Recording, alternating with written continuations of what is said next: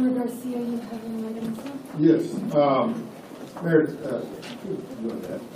Judge, thank you so much.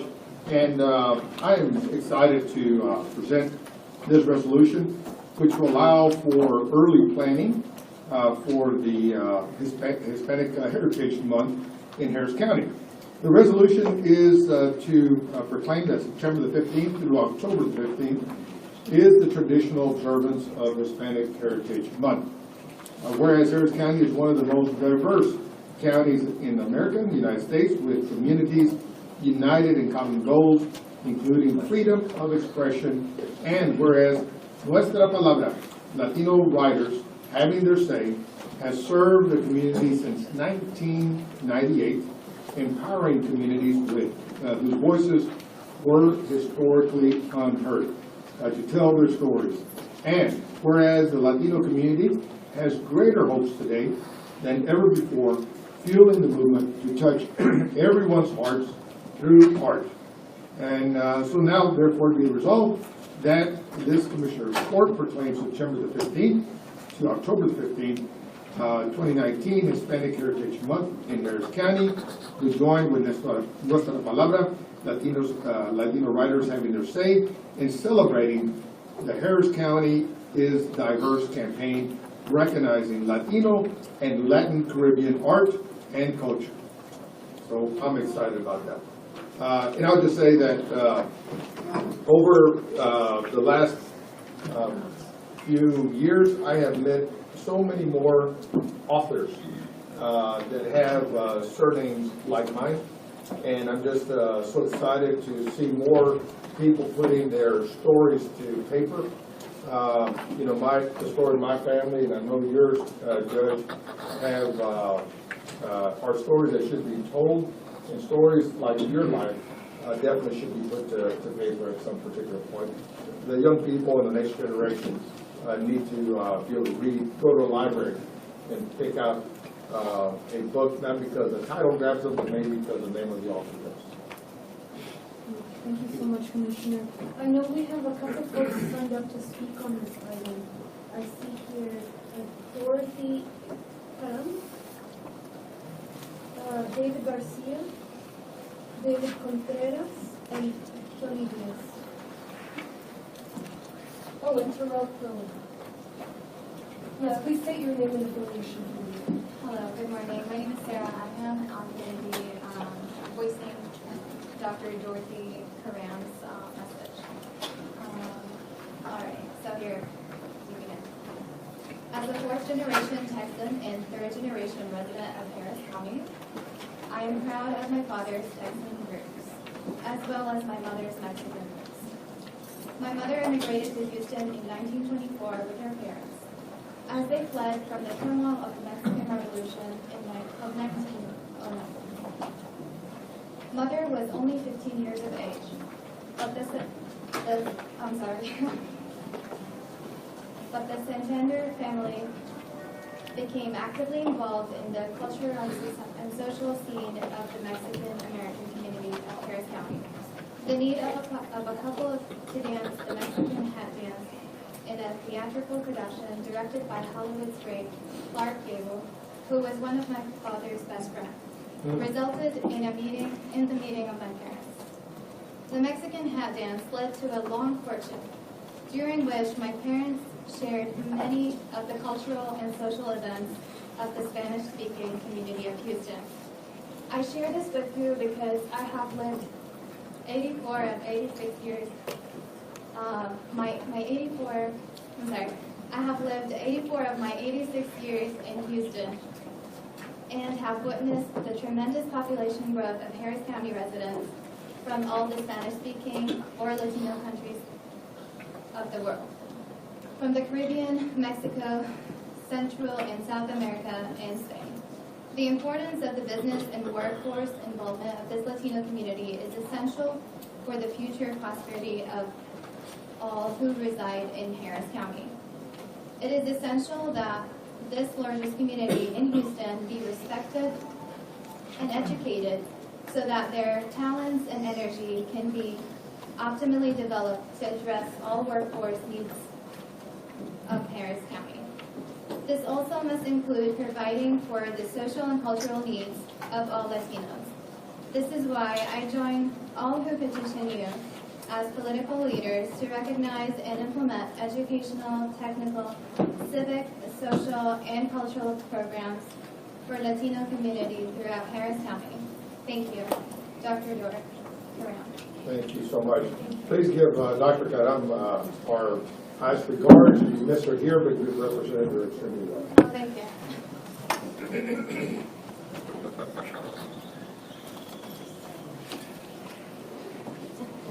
Good morning, Honorable Judge and Commissioners. I'm David Garcia. I'm the Director of CHEETA, which is an acronym for the Coalition of Artists for Excellence in Art and Technology. I'm here to speak to the need to engender Latino creative class, who author the Hispanic Heritage Month and other cultural moments. We appreciate the opportunity to present our concepts and for your listening. Listening and giving hope are hallmarks of great leadership. To begin with, the arts are good business. As in 2016, it generated 4.3% of our gross domestic product, which is more than transportation and other economic generators. Our lives are rapidly changing in the digital paradigm that requires the cloud, artificial intelligence, and robotics computing to build and manage productivity. We don't build things now as much as we create breakthroughs in productivity, science, medicine, and technology. We don't do derricks. We create fracking and other technologies. Research has shown in 10 years, up to 1 of 3 jobs can be at risk because of advances in deep learning, robotics, and artificial intelligence. In fact, Texas is one of 5 states that driverless semis are being tested. A survey of artificial intelligence expert Nick Wilson suggested that there is a 50% probability that in a generation, 25 years, a human level of machine intelligence can perform any normal job. A former Apple and high-tech scientist, Keiko Lee, postulated that artists, designers, and producers are very well suited to work in tandem with robots, computers, and emerging technology, as creativity is a singular human attribute. Incidentally, in 2018, only 50% of Apple's new hires had a college degree, as the new tech force requires different skills. We need to train our own, achieve the necessary high-tech skill set, or lose 6-figure jobs to out-counters. On the plus side, a study of the Technical Institute of Munich, 171 companies, concluded by increasing to 20% their higher levels of workforce and leadership increases the company's innovative revenue significantly from previous levels. It pays on the bottom line to engender diversity of race, women, and all genders. It will pay to invest in our local Latino creative class. We want to thank the judges, staff, and commissioners who have lent the time to listen to our concepts and look forward to other commissioner meetings. The benchmark of this court's tenure should not be the height of floodwaters or fires, but rather it should be the watershed tenure of how well our resources were used to engender a stronger, smarter, more diverse Harris County creative workforce. Thank you again for listening, and prepare for this new digital age and celebrate a vibrant Harris County Heritage Month. One last item is a gift to the judge, because it's very important for safety, but they also have to know when the judge is in the house. All right. Thank you, David. Mr. Garcia, I want to thank you for your comments today, but also for your working with our precinct to work with our communities that are there. I have your proposal, and Judge, I want to commend on the record my appreciation for your reaching out to us and working with us. Yes. Thank you. Next, David Contreras, followed by Tony Diaz. Good morning, Commissioners. My name is David Contreras, and I am a third-generation Houstonian, retired banker after working in the industry for 45 years. And I am here along with my wife, Amelia, representing LULAC Council 688. Now, my family has a great love for Latino arts and culture, because my late aunt, Diana Contreras, studied under Emma Cherry Richardson back in the 1930s. My Aunt Della Contreras attended the Conservatory School of Music and taught 40 of her nieces and nephews how to play piano. And my daughter, Leslie Schwartz Contreras, was recently named Houston Poet Laureate. Our LULAC organization has worked with David Garcia and Cheetah by providing volunteers from my wife's school, where she works, Eisenhower High School, for the Texas Taco Music Fest for the past 4 years. Cheetah, in return, has helped fund 13 scholarships totaling $9,000. David Garcia has also personally donated funds to our LULAC Council to help with our literacy initiatives. As a retired volunteer, my passion is in searching LULAC and Latino history and sharing this history with Latino communities, especially our youth. I've accomplished this by sharing Latino history, photos, news clippings, historical documents, audios, and videos, most of this from the Houston Public Library, on social media platforms such as Facebook and websites. I consider this to be a form of a virtual museum. As you know, Harris County has the largest Latino population in the state, but is the only county of the 4 states, of the 4 largest, not to have a Latino cultural arts and historical museum. Both LULAC districts, 8 and District 18, representing more than 10 local councils throughout the city of Houston, support Cheetah's and the West Alabama's mission of having a Latino cultural arts and historical museum. Thank you. Thank you.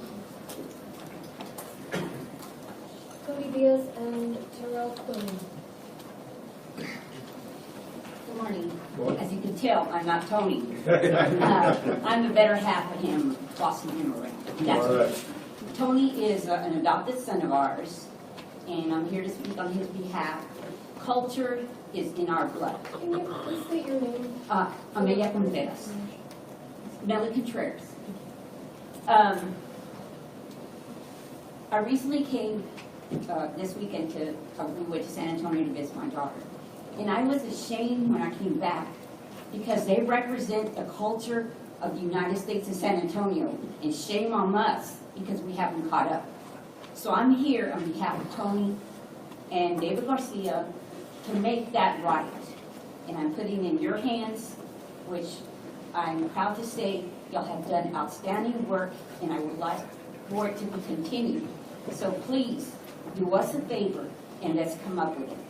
Thank you. Thank you, Amelia. so much. Yes, Ms. Contreras, Sorry? since you're speaking on Tony's behalf, you found that Commissioner Cagle said he had to read you one of his poems, and he was going to write one in dactylic hexametry. You have to write that down. But I'll tell him that. He's actually doing an exam for the students. Thank you very much. Terrell Quinn.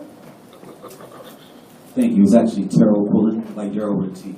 Thank you very much for this opportunity. I worked with Tony Diaz and Nuestra Palabra. I run the soundboard for the show tonight, 6 p.m. to 7 p.m. Tuesdays. And Nuestra Palabra has given me an opportunity to explore my artistic endeavors. And one of those has been Afro-Latin, Afro-Latino, Afro-Latinx history, topics, and things along those lines. And the reality is that there isn't much information about it. I have a podcast. My podcast is called Bootleg Like Jazz.